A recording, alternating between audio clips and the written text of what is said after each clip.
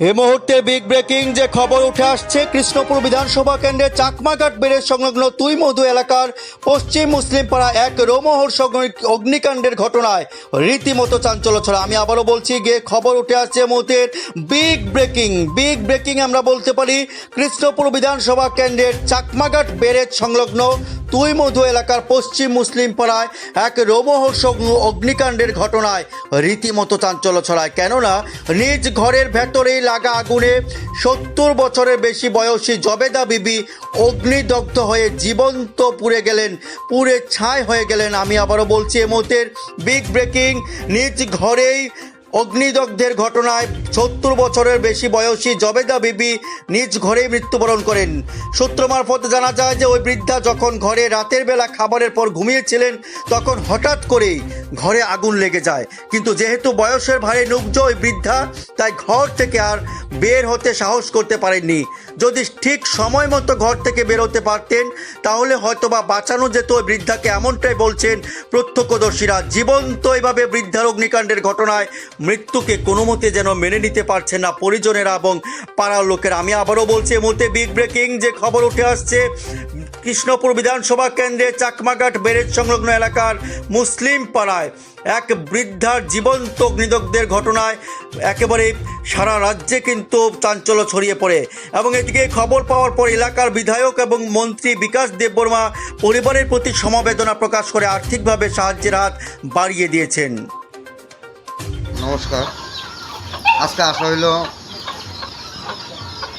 গত ওই 2 দিন আগে আমাদের মাইনরিটির একজন বয়স্ক মহিলা, উনি ঘরের মধ্যে আগুন লেগে মারা গেছেন।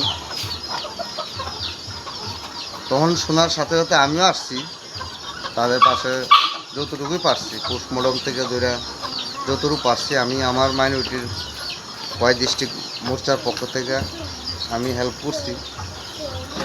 পাশাপাশি আমাদের মিনিস্টার স্যার, উনি ওই সেদিন 3টার সময় উনি দিল্লিতে গেছেন ফ্লাইটে, আমি ওনাকেও ফোন করছি, উনিও সাহায্য করছেন ওই দোয়া দুরুস করানোর জন্য, উনি আত্মার জন্য, শান্তি পাওয়ার জন্য।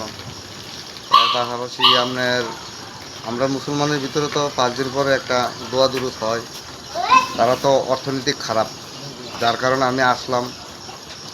গতকালকে তারার বাড়ির ওই সাধুসন্তের কাজটা শেষ করবেন, তো এটার কোনো মানে কীভাবে করবেন এটা জিজ্ঞাসা করানোর জন্য আসছি। তারা কোনো অসুবিধা থাকলে আমি 100 বার আমি হেল্প করবো তাদেরকে। আর মিনিস্টারের পক্ষ থেকেও আমি যথাযথ হেল্প পাইছি। এরপরে মিনিস্টার বলছেন উনি দিল্লি থেকে আসার পরে উনি তাদের বাড়িতে আসবেন, ওনাদের যেই অসুবিধা আছে এটা মিনিস্টার দেখবেন। আমি ধন্যবাদ জানাই আমাদের স্যার বিকাশ দেববর্মাকে, আমি ধন্যবাদ জানাই আমার কৃষ্ণপুর মণ্ডল সভাপতিকে, আমাদের এই যে বিজেপির কার্যকর্তারা আছে ওনাদেরকে সবাইকে আমি ধন্যবাদ জানাই। তার আগামী দিন আমাদের সংখ্যালঘুর জন্য আমি মিনিস্টারের সাথে কথা বলছি, এখানে একটা ইন্ডাস্ট্রি, তাঁতের একটা মহিলাদের জন্য একটা তাঁতের ইন্ডাস্ট্রি খোলার জন্য।